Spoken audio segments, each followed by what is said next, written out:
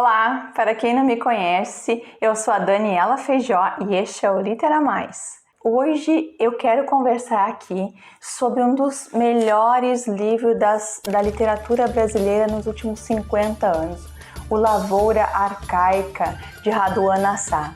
Eu vou falar do enredo sem spoilers que possam atrapalhar a sua leitura, destacar elementos que possam auxiliar a sua jornada nessa belíssima prosa lírica e, por último, eu quero destacar aspectos do filme Lavoura Arcaica, de Luiz Fernando de Carvalho.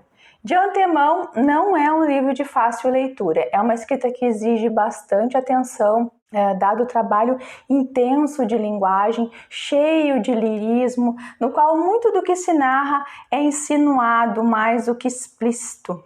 Isso exige esforço extra do leitor.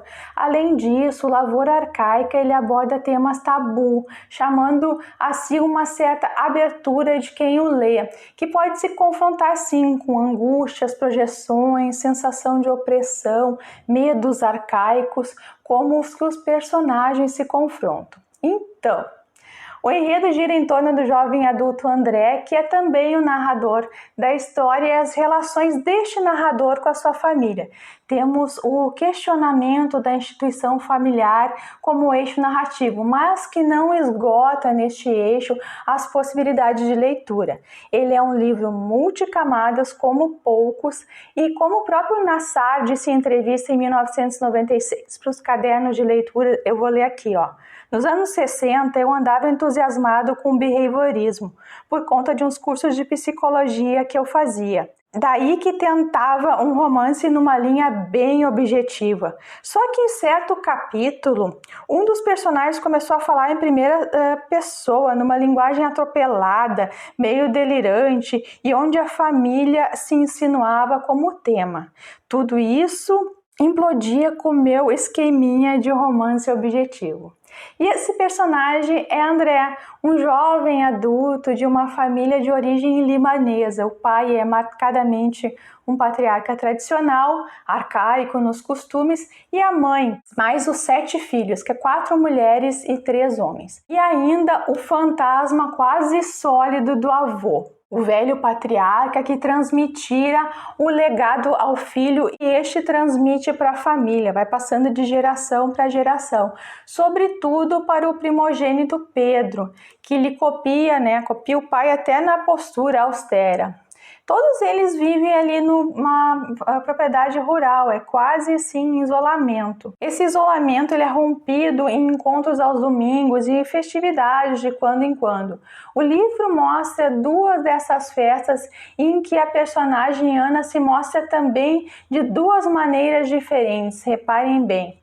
As mulheres se ocupam dos afazeres da casa, que é limpar, lavar, cozinhar, costurar, enquanto os homens trabalham na lavoura. À mesa, todos eles vão se reunir. E é nas refeições que o patriarca transmite os seus sermões, nos quais se mesclam palavras bíblicas com suras do Alcorão e também palavras míticas de ordem sagrada. Quase sempre é um apelo para a disciplina, a austeridade, a lealdade, a família e o sufocamento dos desejos do corpo. Os filhos eles estão entre a adolescência e o começo da vida adulta, cheios de hormônios, e o pai deve saber disso, já que ele reforça em seu discurso a disciplina corporal. E nesse ponto que André se rebela, pois ele sabe desde a infância que os seus olhos, ao contrário dos sermões do pai, não eram limpos, que não revelavam uma alma também limpa. E por extensão, um corpo limpo de desejos da carne, especialmente um que se avolumava, que era o desejo por uma de suas irmãs, a Ana. O André ele sai de casa e a história começa quando o primogênito Pedro vai buscá-lo numa pensão bem distante da casa paterna. Pedro ali, misturando censura e carinho, convence o irmão a voltar. O André, o filho tresmalhado, a ovelha desgarrada. Então ele convence o irmão a voltar sob o apelo da falta que faz a família. E ele, massacrado pela distância de Ana, retorna. Então, o filho mais velho, ele volta no trem com a fisionomia do triunfo. Ele segue o destino designado pelo pai, enquanto o André sofre a sua escolha, né? Dos olhos do Pedro emana luz e o André a sombra. O triunfo de Pedro, representante do pai, e, portanto, da ordem familiar. Então, ele é acentuado no livro, nessa história, em seu desdobramento também, que vai muito além do que se diz que é uma parábola do filho pródigo. Eu acho que é muito superficial pensar somente assim. O livro, ele pode ser dividido em duas partes. A primeira, que é a partida do narrador personagem de sua casa, e a conversa com o irmão Pedro sobre as memórias de infância e adolescência. E as escapadas de André aos olhos apreensivos da família, os sermões do pai, o carinho sufocante da mãe e o tempo com a irmã Ana. A segunda parte da história, mais longa, é o retorno. E na casa o André é recebido sim com carinho pelas irmãs, a Zuleika, a Ruda e Rosa. Menos a Ana, que foge à sua presença, logo ela que é a sua amada. O irmão caçula ele vê como um espelho, né? O espelho que André parece profanar, vendo no irmão os olhos ousados e dissimulados de Ana, uns olhos primitivos. A mãe lhe recebe com afagos, afetos excessivos para André, que causaram até a perdição da família, segundo ele. O pai recebe com austeridade de costume, com aquela postura rígida de madeira, o que contrasta com a postura curvada, caída, vencida, arrastada de André. O André, além de sofrer com a opressão direta e insinuada assim, do regramento moral da família, ele também sofre de epilepsia, que é mostrado ao longo da narrativa. As crises são desencadeadas, especialmente quando o assunto é a Ana ali, a irmã. E um narrador, né, irá voltar seu amor, né, como eu já havia comentado, mas não antes sem passar por experiências sexuais em que se fundem desejo e ambiguidade. Assim, tudo é revelado de uma forma muito delicada, muito bem trabalhada no livro. A Ana, ela não diz palavra ao longo da narrativa, ela divide-se entre os ensinamentos do pai, que é a razão, tradição, devotamento religioso, e todo o derramamento corporal da mãe, que é emoção, afetos, quebra de regras. A Ana é linguagem corporal, sobretudo, e é essa linguagem, minha gente, que vai romper e lançar chamas ao desfecho narrativo. Fecho aqui essa parte do enredo para falar um pouco mais sobre o livro e o filme. O livro Lavoura Arcaica ele foi lançado em 1975 e foi uma renovação na cena literária brasileira por trazer seus temas tratados dentro de uma prosa de estilo único e de nem tão fácil acesso, resgatando o lirismo presente na tradição poética. Os desejos estão num jogo de esconde e mostra em Lavoura Arcaica. Desejo da carne, de aceitação, de poder, sobretudo o poder ali do patriarca governando os corpos e as mentes da família pelo controle rígido e centralizador. Quando sentam à mesa, há uma divisão. De um lado a mãe, Luca e o André, que herdaram a veia afetuosa da mãe. Detalhe que a mãe não tem nome no livro e tampouco é chamada de matriarca.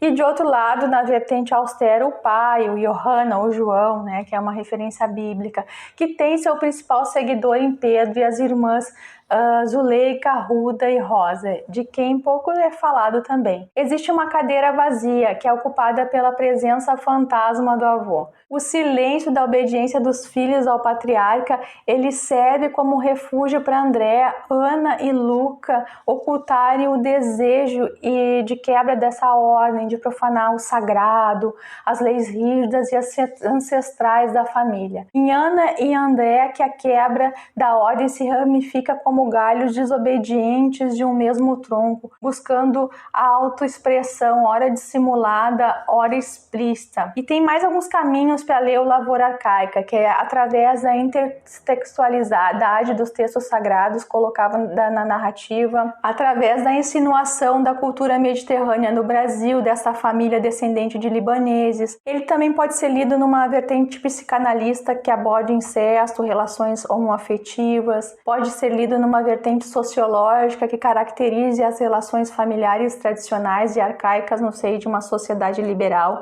e capitalista, ou na vertente do microcosmo, as relações de poder e resistência dentro do âmbito familiar. Uma outra possibilidade de leitura são os caminhos de linguagem para a construção narrativa ali, destacando a poeticidade do romance. E ainda tem uma leitura assim sobre a constituição da corporeidade dos personagens e a teatralidade. E essa última eu acho bem bacana. E o filme, dirigido por Luiz Fernando de Carvalho, ele trabalhou bastante isso. Então vou falar agora um pouquinho sobre o filme. Foi multipremiado, entre eles o prêmio do Festival de Brasília, Cartagena e Montreal. O Luiz Fernando de Carvalho, ele viu-se numa angústia profissional com os trabalhos ali comerciais que ele vinha realizando e já havia passado assim por várias produções conhecidas, séries como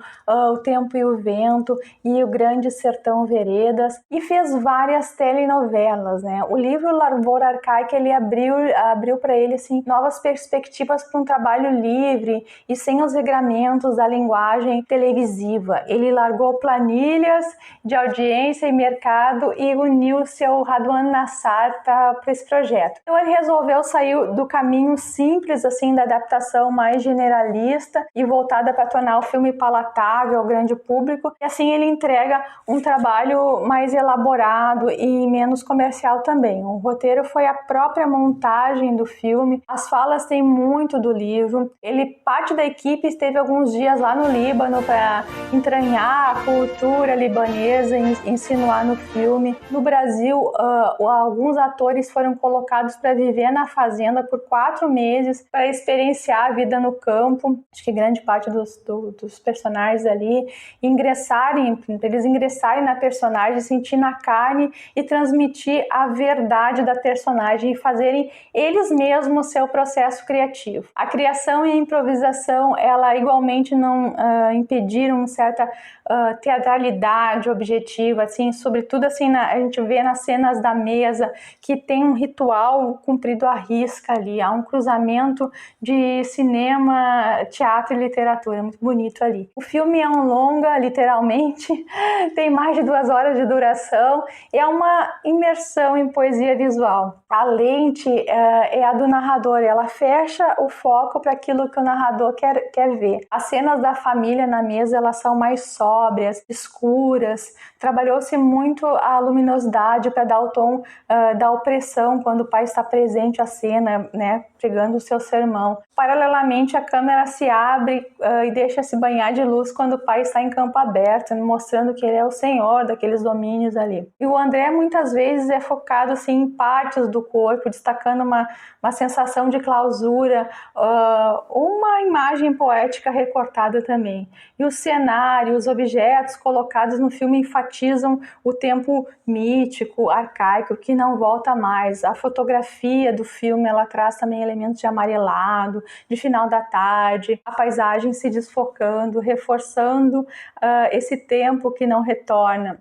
Para a infância, é um jogo luminoso e ele é pesado e escuro quando vai mostrando a vida adulta, né? A trilha sonora é muito bonita também, tem violoncelo, piano, flauta, alguns instrumentos percussivos e amplifica outras possibilidades para a história. Se gostaram desse conteúdo aí, deixe seu like para o YouTube divulgar, inscreva-se para quem ainda não é inscrito, tem vídeo novo toda semana. Um beijo e até o próximo vídeo.